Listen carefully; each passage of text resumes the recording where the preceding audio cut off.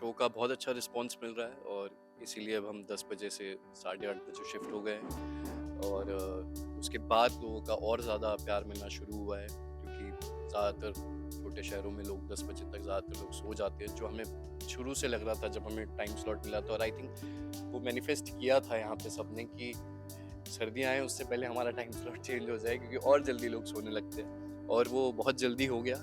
और उसके बाद भी जो अभी नंबर्स आए हैं, जो मुझे पता चले हैं, तो काफ़ी ज़्यादा और बेटर रिस्पॉन्स है।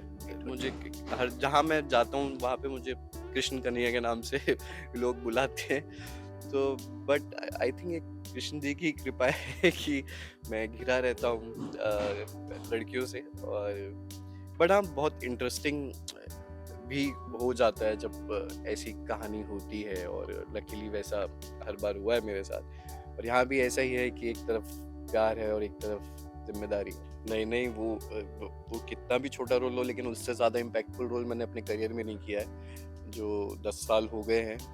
इनफैक्ट अभी हम लोग मिले थे, सब लोग वापस से अपने 10 साल पूरे हुए थे, तो रियूनियन हुआ था।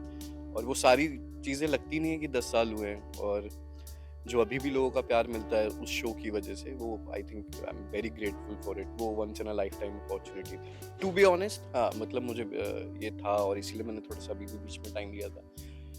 बट फिर उसके बाद क्या हो जाता है कि उस टाइम पे कई बार चीज़ें क्लिक नहीं होती है, and when I started shooting for this, उसके बाद मुझे 2-3 वेब के लिए कॉल्स वॉल्स आ गए, और अब तो डेली सोप के साथ पॉसिबल होता नहीं है। तो आप कोशिश करते हो, बाकी आई थिंक जो आपकी किस्मत में होता है, सही टाइम पे आपके प्लान करने से कुछ नहीं होता, आप तक चीज़ें पहुँच जाती हैं।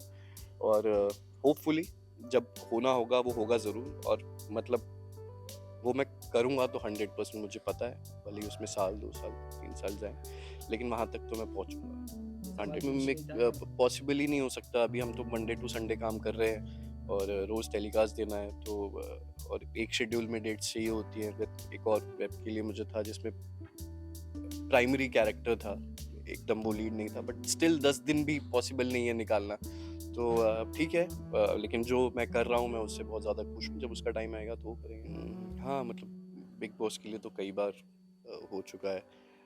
1-2 बार मैंने मीटिंग भी की है।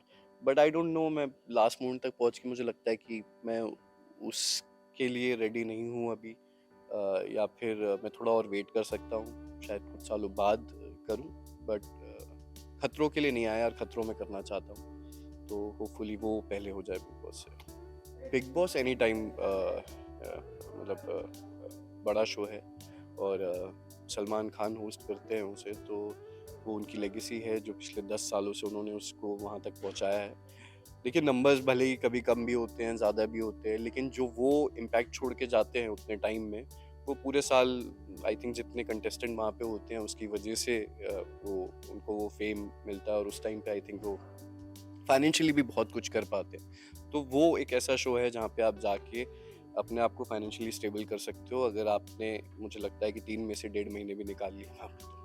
नहीं, मेरी दोस्त हैं प्रतिभा, जो उसमें हैं, और मैं बहुत खुश हूँ उनके लिए। कल ही उन्होंने पोस्ट भी किया था, तो मैंने उन्हें कांग्रेचुलेट किया इसके लिए, and I am very happy for her, and it's a beautiful film. मैंने वो फिल्म देखी भी है, इतने रॉ और बेसिक इमोशंस के साथ, बहुत ही विदाउट एनी ज़बरदस्ती का ड्रामा, तो बहुत ही अच्छी फ़िल्म है, एंड आई थिंक वो डिज़र्व करती है ऑस्कर तक वो फ़िल्म। तो 100% मतलब मैंने बीटीएस भी देखे, उसमें उन्होंने, किरण जी ने बहुत उसके लिए मेहनत की है, और ऑफ कोर्स आमिर सर भी सारे प्रोसेस में इन्वॉल्व रहते हैं। तो वो उनका डिटेलिंग जो है काम का, जितना वो उस एक प्रोजेक्ट के पीछे पड़ के सिर्फ उसी पे ध्यान देते हैं, वो प्रोडक्ट में नज़र आता है कि जिस कन्विक्शन के साथ वो चीज़ें बनाते हैं। मैंने टू बी ऑनेस्ट वो फ़िल्म देखी नहीं है, वीर सावरकर तो फ़िल्म मैंने नहीं देखी, सरबजीत मैंने देखी, और ऑब्वियसली उनकी भी एक ख़ास बात है कि वो अपने कैरेक्टर में इतना घुस जाते हैं कि कई बार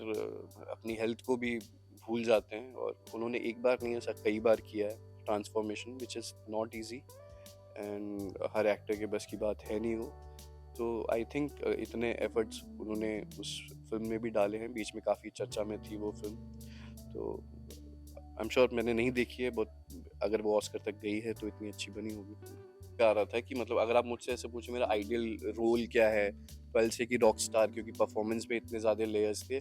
but I think I am good at like in comedy also. I can do action, I can do romance, I can do everything. So genre is not important for me. अगर कहानी है अच्छी तो चाहे वो थ्रिलर भी हो तो I would love to be a part of it and I can do anything I know. Hi, this is Paras Arora, and you are watching me on Glitter and Glamour.